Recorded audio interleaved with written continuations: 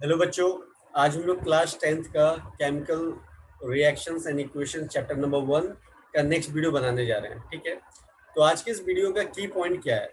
तो सबसे पहले हम लोग सीखेंगे आज टाइप्स ऑफ रिएक्शन। ठीक है, एंडोथर्मिक, एक्सोथर्मिक। ठीक है, उसके बाद हम लोग देखेंगे रिडॉक्स रिएक्शन और बाकी के सारे टॉपिक। तो इस वीडियो में चैप्टर 1 आज हम लोग कंप्लीट करने जा रहे हैं। ठीक है, और बाकी आप लोगों को अगर कोई दिक्कत है, कोई डाउट्स होगा तो आप लोग कमेंट करना। तो संडे को मैं लाइव सेशन लेकर के आप लोगों के डाउट्स भी क्लियर कर दूंगा वहाँ पर। ठीक है, चलिए। ब्रिजेश, व्हाइट बोर्ड दिख रहा है आपको? Yes sir. तो मैं यहाँ से यस सर।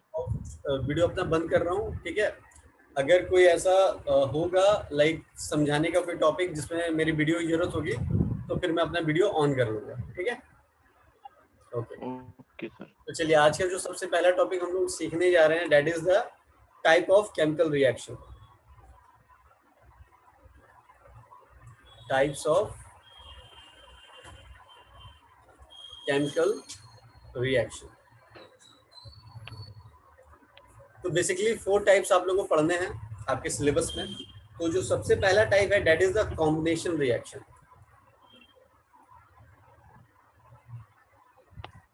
Combination reaction. तो ये कॉम्बिनेशन रिएक्शन होता क्या है? ठीक है, तो सबसे पहले एक एग्जांपल देकर के आप लोगों को समझाता हूँ। जैसे मान लो A प्लस B, ये दो रिएक्टेंट है। ठीक है, ये कंबाइन करके मतलब रिएक्ट करके एक ओनली वन प्रोडक्ट देता है, जैसे AB। तो इसको बोलेंगे कॉम्बिनेशन रिएक्शन। ठीक है, रिएक्शन। तो इसका एग्जाम्पल क्या हो सकता है? एग्जाम्पल हो सकता है C प्लस O2, तो क्या देगा? CO2। तो अगर कोई CO2। बोलता है कि सर अगर एग्जाम में मान लीजिए डिफाइन करने के लिए आएगा तो हम लोग कैसे डिफाइन करेंगे इसको? तो आप लोग डिफाइन कर सकते हैं reactions in which two two और मोर रिएक्टेंट। सब्सटेंसेस। ये आप लोग का रिएक्टेंट हो गया ना, ये रिएक्टेंट है। और ये प्रोडक्ट होगा साइड वाला। Combines to form to one form product. One product. Single product भी लिख सकते हैं sir. Product are called combination reaction.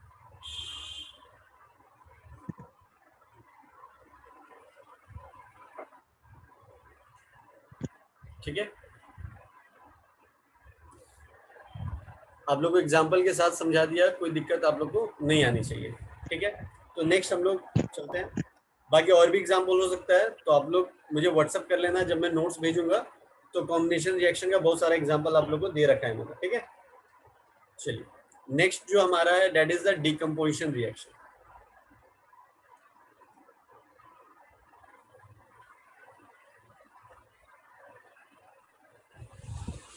Decomposition reaction, तो इसको भी मैं एक एग्जांपल देके समझाता हूँ। जैसे मान लो AB। ठीक है, इस बार AB रिएक्टेंट है। अगर A प्लस B बना के हमें दे रहा है तो उसको बोलेंगे डीकम्पोजिशन रिएक्शन। अब तुम बोलोगे कि सर ये कैसे पॉसिबल हो सकता है? तो ये पॉसिबल तभी हो सकता है जब हम उसमें एनर्जी सप्लाई करते हैं। ठीक है, अब ये एनर्जी किस फॉर्म में हो सकता है? एनर्जी हीट के फॉर्म में हो सकता है, सनलाइट के फॉर्म में हो सकता है, इलेक्ट्रिक करंट के फॉर्म में हो सकता है। अगर मैंने इसको हीट के फॉर्म में दिया, जैसे एक एग्जांपल देता हूँ, हीट के फॉर्म में अगर दे रहा हूँ जैसे CaCO3, अगर मैंने यहाँ पे हीट दिया तो यह क्या बना करके देगा हमें? CaO plus CO2। तो इसको बोलते हैं, इस प्रोसेस को बोलते हैं थर्मल डीकम्पोजिशन। क्या बोलते हैं? Thermal decomposition. डीकम्पोजिशन।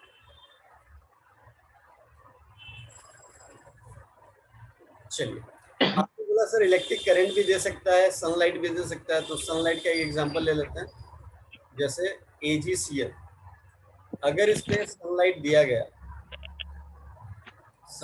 गया तो ये हमें बना के देगा Ag प्लस Cl2। इस प्रोसेस को बोलते हैं फोटोलाइसिस डिकम्पोजिशन, क्या बोलते हैं? Photolysis decomposition. Decomposition.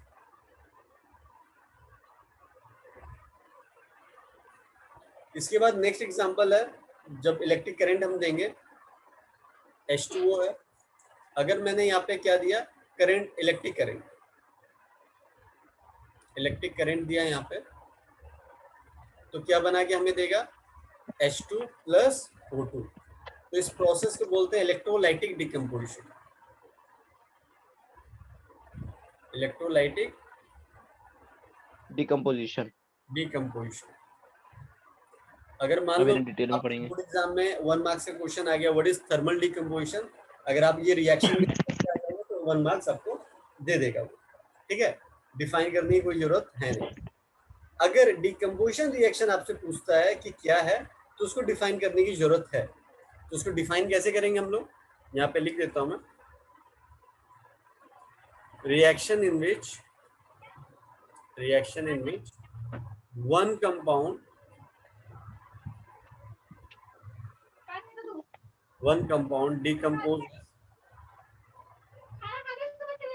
decomposes in 2 or more compounds। तो यहाँ पे सिंगल कंपाउंड है, डिकम्पोज होकर के 2 या 2 से अधिक कंपाउंड बनाता है, तो उसको बोलते हैं decomposition reaction. Compounds elements are known as decomposition reaction।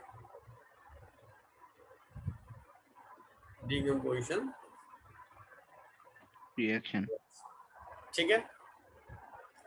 तो ये डिकम्पोजिशन रिएक्शन, अब जरा ध्यान से देखना, अगर मैं कॉम्बिनेशन रिएक्शन की बात करूं, तो ये ए प्लस बी हमें दे रहा था ए बी, और डिकम्पोजिशन क्या दे रहा था, ए बी उसका उल्टा। तो हम लोग बोल सकते हैं कि combination reaction is the opposite of decomposition reaction, या opposite of decomposition reaction, combination reaction बोल सकते हैं।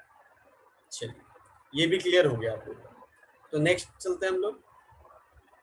नेक्स्ट जो है हमारा, that is called the displacement reaction।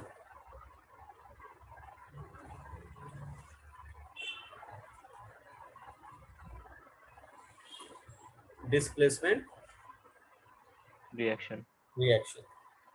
तो डिस्प्लेसमेंट रिएक्शन होता क्या है, तो देखिए यहाँ पे एक एग्जांपल देके समझाता हूँ। जैसे A प्लस बी सी, ठीक है, अगर ये आपको ए सी प्लस बी दे रहा है, तो उसको बोलते हैं डिस्प्लेसमेंट रिएक्शन। तो यहाँ पे हुआ क्या,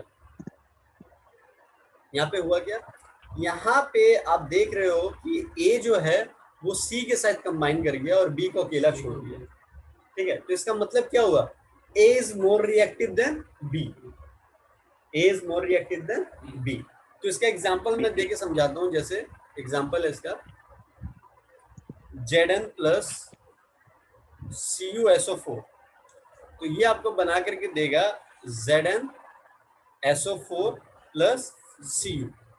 तो यहाँ पे तुम बोल सकते हो कि Zn जो है वो मोर रिएक्टिव है किससे, Cu से, इसलिए Zn Cu से हो जा रहा है, SO4 से कंबाइन हो जा रहा है, और Cu को अकेला छोड़ दिया।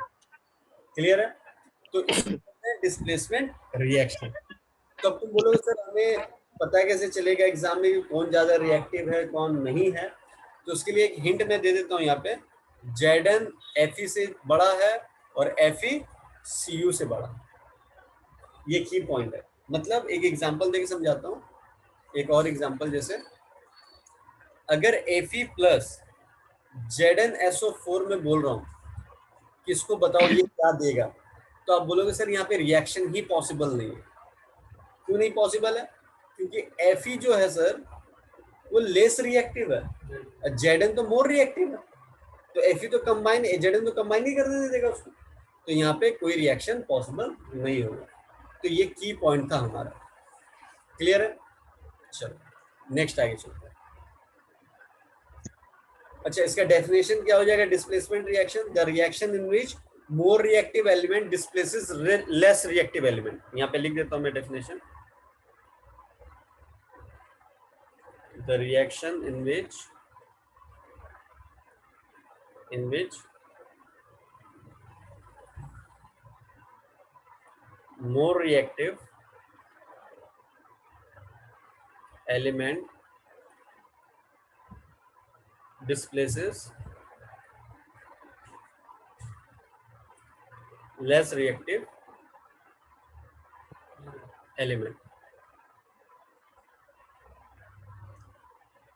आया समझ लो? नेक्स्ट आगे चलते हैं। नेक्स्ट जो है हमारा that is called the double displacement reaction. ठीक है, फोर्थ वन जो है डबल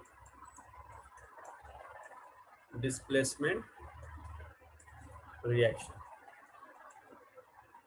तो डबल डिस्प्लेसमेंट रिएक्शन होता क्या है, तो इसमें एक कीवर्ड याद रखना। अब देखो क्या है क्या ना, डेफिनेशन तुम खुद से बना करके लिख सकते हो, बट अगर कुछ कुछ की पॉइंट याद करके रखोगे तो एग्जामिनर क्या करेगा, वो की पॉइंट आपकी डेफिनेशन में खोजेगा। अगर वो दिख जाता है तो वो फुल मार्क्स दे देगा, क्योंकि एग्जामिनर को भी उतना टाइम नहीं कि आपको हर एक चीज, हर एक डेफिनेशन, हर एक चीज वो पढ़ेगा, बस वो की पॉइंट देखता है। तो डबल डिस्प्लेसमेंट रिएक्शन वो की पॉइंट क्या देखेगा, वो की पॉइंट देखेगा म्यूचुअल एक्सचेंज ऑफ आयन। क्या देखेगा? Mutual exchange of ion, exchange of ion, क्योंकि डबल आयन। डिस्प्लेसमेंट रिएक्शन इसी के ऊपर डिपेंड ही करता है। ठीक है, म्यूचुअल एक्सचेंज ऑफ आयन के ऊपर। तो म्यूचुअल एक्सचेंज ऑफ आयन का एग्जांपल देकर के मैं बताता हूँ। एग्जांपल है AB क्या प्लस, चाहिए? ठीक है, इधर ही हो तो म्यूचुअली तू, फोन चेंज कर लेता है, ये तू भाग जाएगा, आ जाएगा और C। मार खाएगी रात को फोन, ठीक है, दिन में याद नहीं आती काम करने की। तो इसका एग्जांपल 2:30 बजे तक मैं घर में था, जब तो किसी को याद नहीं आई। कल से मैं अपनी क्लास 2:30 बजे ही करवाऊंगा, तो याद रखिए। हेलो बच्चों, एक टेक्निकल प्रॉब्लम आ गई थी, तो जिसके कारण वीडियो को थोड़ा सा स्टॉप करना पड़ा। चलिए आगे चलते हैं। तो डबल डिस्प्लेसमेंट रिएक्शन में क्या देखेंगे हम लोग? डबल डिस्प्लेसमेंट रिएक्शन में ये देख रहे थे हम लोग कि म्यूचुअल एक्सचेंज ऑफ आयन हो रहा है। मतलब क्या हुआ, AD प्लस CD कर रहा हूं तो AD प्लस CB वो हमें दे रहा है। तो इसका एक एग्जाम्पल देखते हैं। एग्जाम्पल क्या है हमारे पास, NaOH प्लस HCl। तो ये क्या फॉर्म हो जाएगा, ये हो जाएगा NaCl प्लस H2। कोई दिक्कत यहाँ पे? कोई दिक्कत नहीं। Na चला गया Cl के साथ और H चला गया OH के साथ, तो H2O बन गया है। ठीक है, चल अब इसके बाद ये उठता है क्वेश्चन, ये सवाल उठता है कि सर आपने अभी जैसे बताया था, लाइक किसी रिएक्शन में हम हीट देते हैं, तो कभी सर ऐसा भी हो सकता है क्या कि किसी रिएक्शन से हीट रिलीज हो सकता है, पॉसिबल है। तो उसी को कहते हैं, एक को कहते हैं एंडोथर्मिक, एक को कहते हैं एक्सोथर्मिक। जिसमें हम लोग एनर्जी देते हैं उसको कहते हैं एंडोथर्मिक, जहां से एनर्जी रिलीज होता है, रिएक्शन के बाद रिलीज होता है, उसको कहते हैं एक्सोथर्मिक रिएक्शन। तो चलिए आइए देखते हैं types of reaction on the basis of energy flow. हम लोग देखने जा रहे हैं टाइप्स ऑफ रिएक्शन, किसके बेसिस पे देखने जा रहे हैं? Energy flow.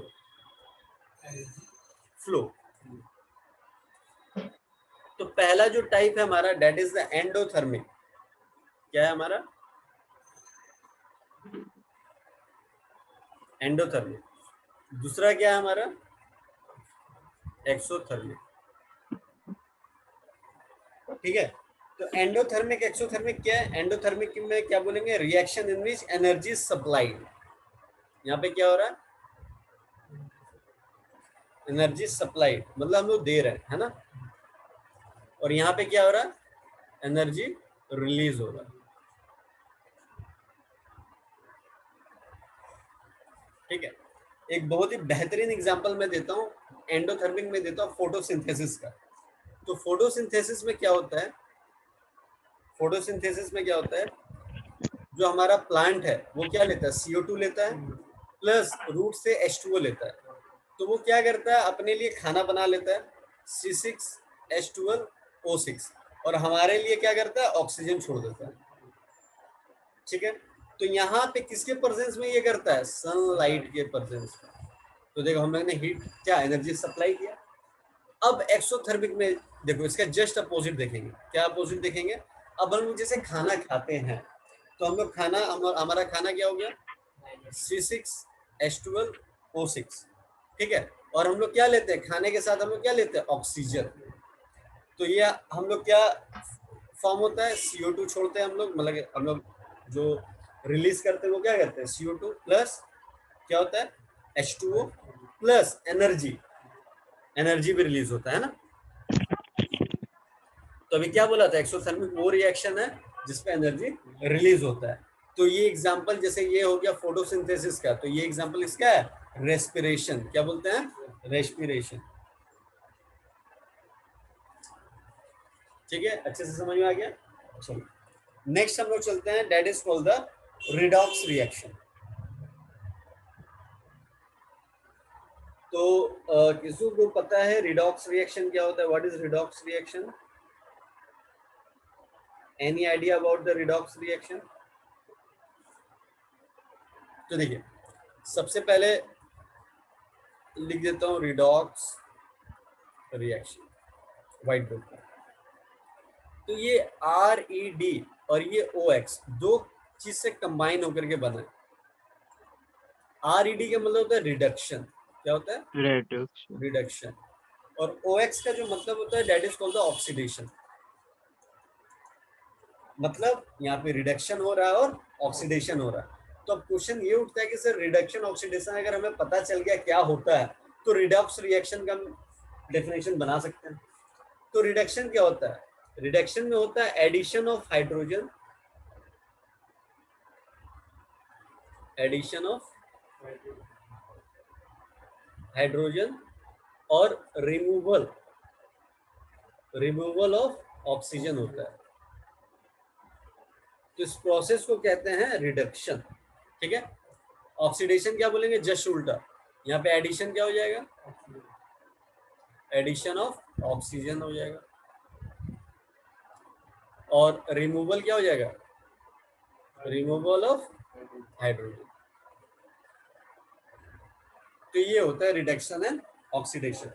तो इसको कंबाइन करके हम फॉर्मूला रिडॉक्स रिएक्शन का क्या लिख सकते हैं? फॉर्मूला बोल रहे हैं, डेफिनेशन क्या लिख सकते हैं? Those reaction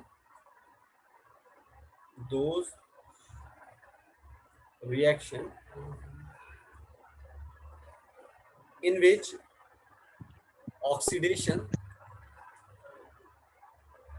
and reduction occurs simultaneously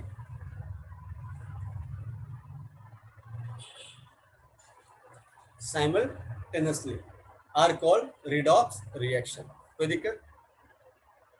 reduction क्या होता है, ऑक्सीडेशन क्या होता है, ये भी समझा दिया। अब ऑक्सीडाइजिंग एजेंट क्या है और रिड्यूसिंग एजेंट क्या है?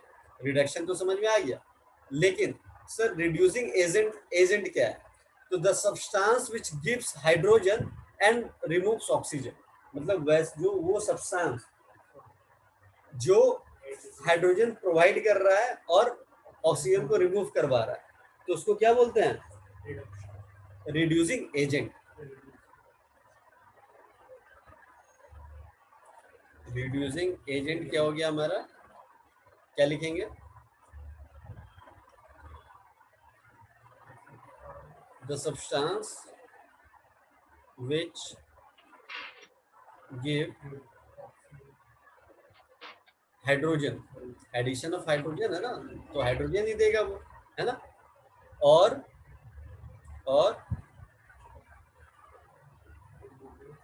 रिमूव्स क्या करेगा? ऑक्सीजन। तो उसको क्या बोलेंगे? Reducing agent. तो वैसे ही क्या होगा? ऑक्सीडाइजिंग एजेंट होगा। ऑक्सीडाइजिंग एजेंट, तो ऑक्सीडाइजिंग एजेंट क्या होता है? द सब्सटेंस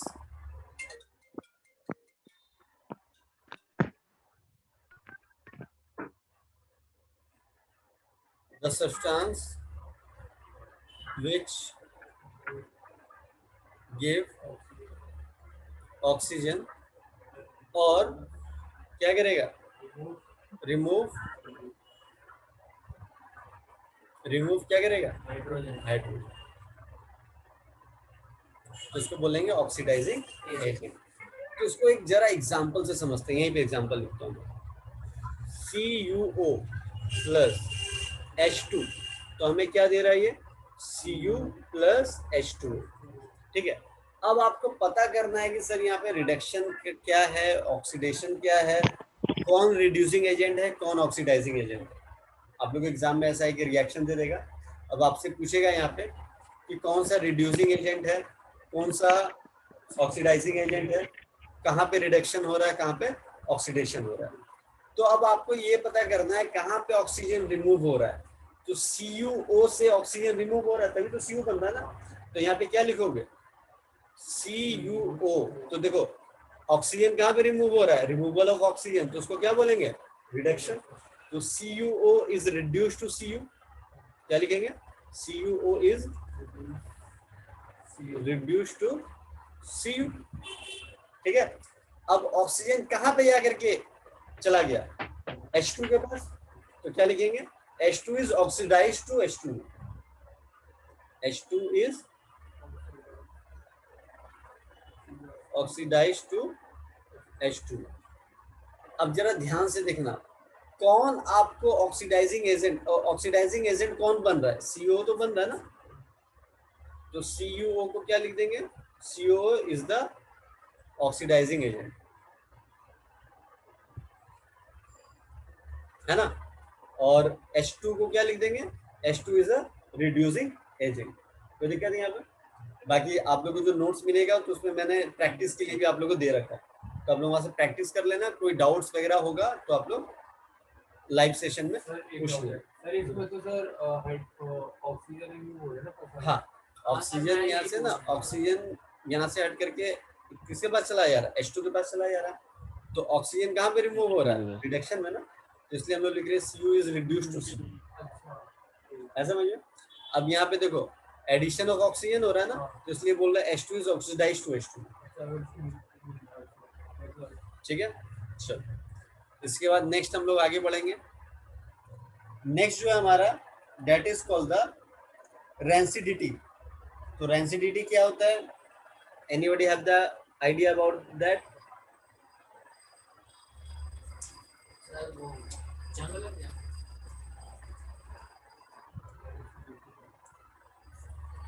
क्या होता है, इसको मैं डिफाइन कर देता हूं, the taste and odour of food material containing the fat and oil changes when they are left exposed to air for the long time. मतलब क्या हुआ, आप चिप्स का पैकेट लेना, उसको खोल देना, खोल करके एक लंबे समय के लिए छोड़ देना, ऐसे ही खुला छोड़ देना, तो देखना वो खराब हो जाता है, खराब हो जाता है ना। तो जो भी फूड आइटम है जो ऑयली है, जिसमें फैट वगैरह होता है, अगर उसको मैंने एयर पे छोड़ दिया तो वो कुछ टाइम के लिए तो वो खराब हो जाता है। तो तुम देखना कभी कभी चिप्स के पैकेट है ना, चिप्स कम और अंदर हवा ज्यादा भरा होता है, तो उस हवा का नाम क्या है, नाइट्रोजन। तो नाइट्रोजन गैस भरा हुआ था, क्यों भरा होता है, वो लेस रिएक्टिव होता है, काफी लेस रिएक्टिव होता है, और किसी भी चीज को रिएक्ट होने भी नहीं देता है। तो ये उसकी खासियत है, इसलिए नाइट्रोजन उस चिप्स के पैकेट में भरा होता है, जिसके कारण वो लंबे समय तक खराब नहीं होता है अगर उसको खोला ना जाए। क्लियर है। तो चलिए इसका डेफिनेशन हम लोग लिखते हैं यहाँ पे। रेंसिडिटी क्या होता है,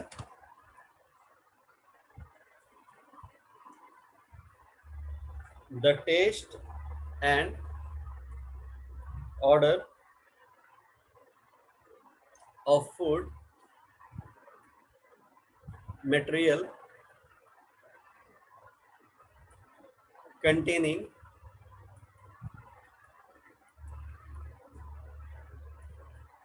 fat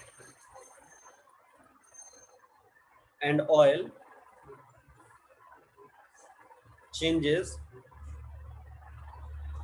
when they are left exposed to air for long time।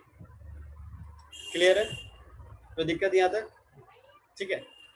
तो ये होता क्यों, इसका रीजन क्या है, तो it causes due to the oxidation of fat and oil present in the food material. तो इसका रीजन लिख देना ड्यू टू ऑक्सीडेशन। 1 मार्क्स का क्वेश्चन आ सकता है कि ये किस रीजन से होता है, तो ऑक्सीडेशन के रीजन से होता है। तो यहाँ पे लिख देता हूं मैं,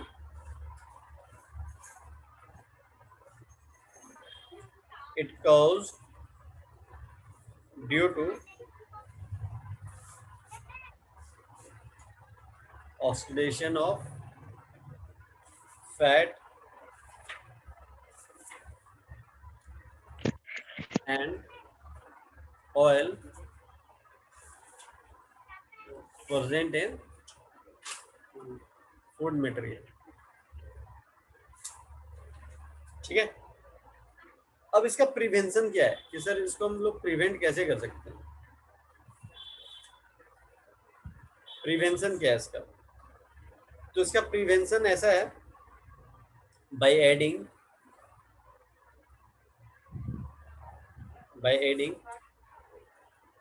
antioxidant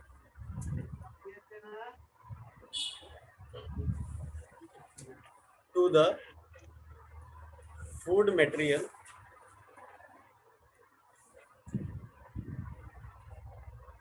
और आप लोग ये भी कर सकते हो, storing food in air tight container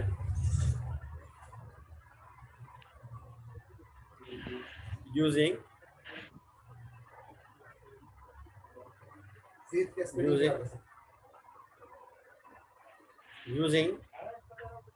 bag with nitrogen gas।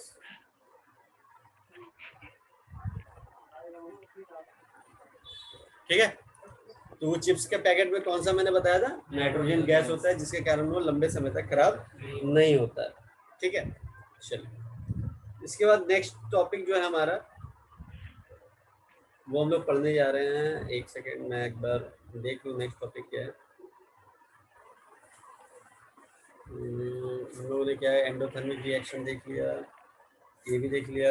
Okay, last topic जो हमारा रह रहा है डेट इज कोरोजन। ठीक है, हाँ, तो कोरोजन क्या है, ये लास्ट टॉपिक हमारे इस चैप्टर का।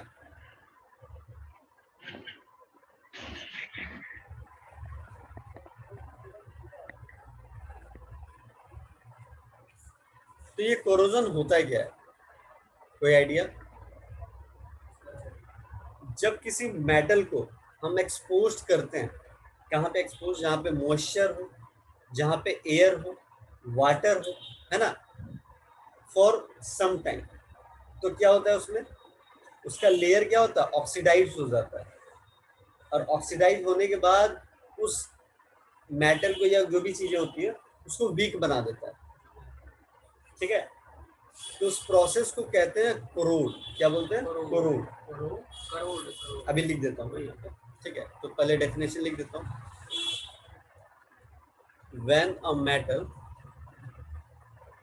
when a metal is exposed to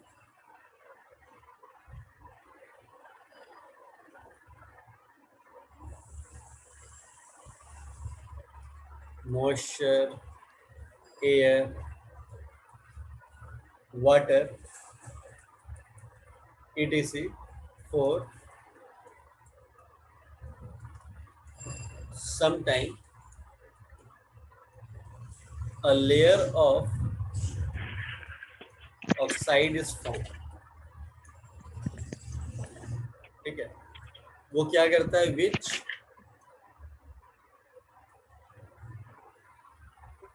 weakens the metal, hence metal said to be corrode। ठीक है, इसका एग्जाम्पल क्या हो सकता है, बेस्ट एग्जाम्पल है, आप लोग डे टू डे लाइफ में देखते हैं, रस्टिंग ऑफ आयरन। आप देखना, आयरन को अपने छत में जाकर के छोड़ दीजिए, मॉइस्चर उसको मिलेगा, एयर मिलेगा, वाटर मिलेगा, उससे क्या होता है, आप देखना ब्राउन कलर का परत आ जाता है उसके ऊपर, है ना, तो उसी को बोलते हैं रस्टिंग ऑफ आयरन, ठीक है। कभी तुम देखना रिंग पहनते हो सिल्वर की, तो उसमें ब्लैक ब्लैक कलर का परत आ जाता है ना, तो उसको बोलते हैं ब्लैक कोटिंग ऑन सिल्वर। उसका एग्जांपल क्या है?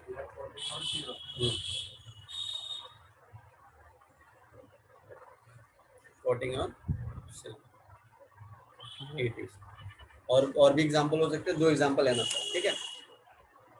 तो अब क्या है कि सारी चीजें मैंने आप लोगों को बता दी है इस वीडियो लेक्चर में, और हमारा ये चैप्टर फिनिश होता है यहाँ पे। तो आप लोगों को मैं ये कहना चाहता हूँ कि मेरी जितनी भी वीडियो है इस चैप्टर से, तो वो सारा अच्छे तरीके से आप देखिए, रिवाइज कीजिए, नंबर ऑफ क्वेश्चंस प्रैक्टिस कीजिए, एनसीईआरटी के सारे क्वेश्चंस लगाइए, और अगर और भी क्वेश्चन प्रैक्टिस के लिए चाहिए तो व्हाट्सएप कीजिए, मैं आपको नंबर ऑफ क्वेश्चंस और सेंड कर दूंगा इधर से, ठीक है। और बाकी कोई दिक्कत है, डाउट्स है, तो संडे को लाइव आकर के मैं डाउट्स भी क्लियर आप लोगों को कर दूंगा। Till then bye bye, take care.